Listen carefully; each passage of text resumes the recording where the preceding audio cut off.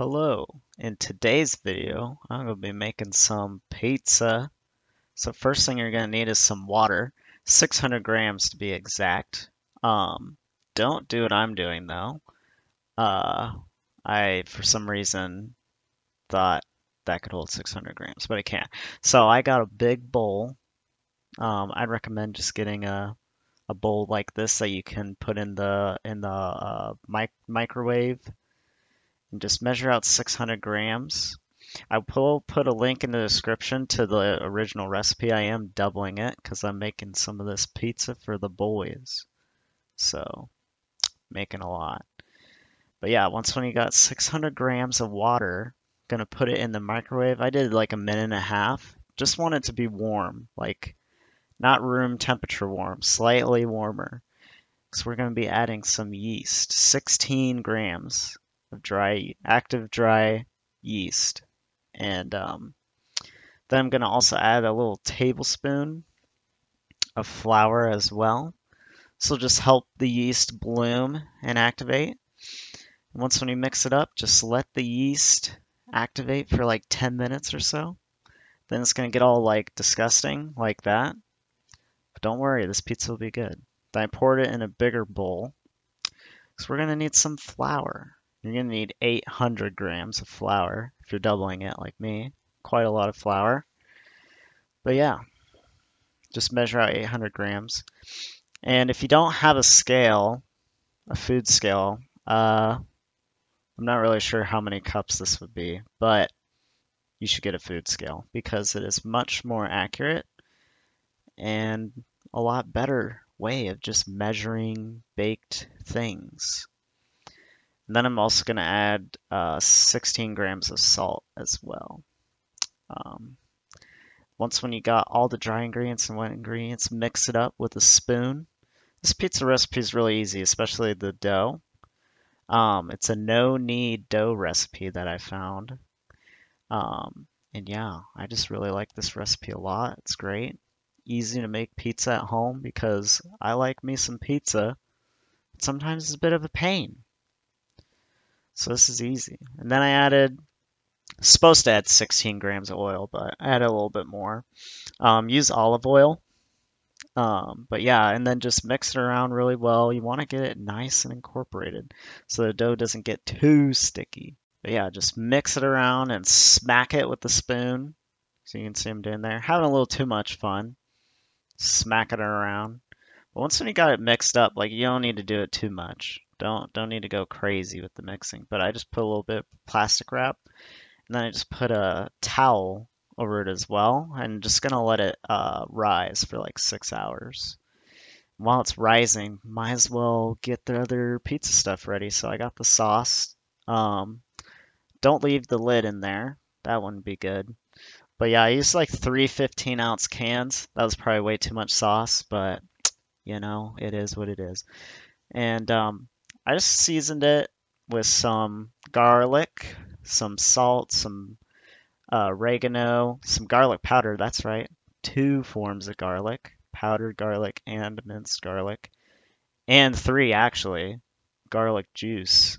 Then just mix up your sauce with a whisk. Use a whisk, not a spoon. I think we've all been conditioned by the spoon splatoon to we've been brainwashed to think that you're supposed to mix liquid with the spoon, but you need to use a whisk.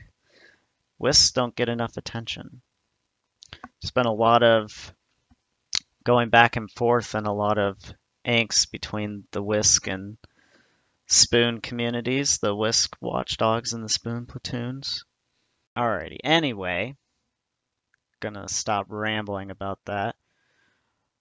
Next ingredient, I'm gonna cook up some Italian sausage. Now, you can of course put whatever you want on your pizza. You could put just cheese, or you could, you know, put nothing. I don't know what you like. But I like me some Italian sausage. If you're gonna cook up some sausage though, make sure you take off like that weird meat band-aid thingy that they put on it. I think they do that to stop the cows from bleeding after they kill them or something. But very wholesome. Anyway, this is how I like to cook like ground meat is like fry it on both sides so it gets like really crispy, like you're cooking a burger or something. And I'm using a wooden spoon. And not to get back on my rant or anything, but I would recommend using a spatula.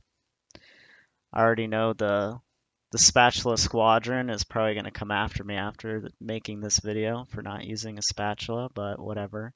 Using this weird ass like spoon thing with a hole in it. I don't know what it's called. It's a wooden spoon. But yeah, I just like to cook ground meat like this. I'm showing you all different kinds of tools you could use. You know, I got a lot of kitchen gadgets, but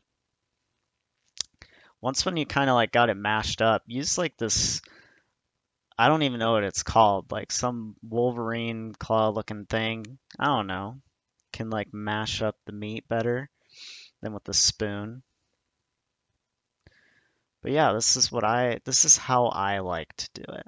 You can of course use whatever tools you got at your disposal in your kitchen. But yeah, this is pretty effective.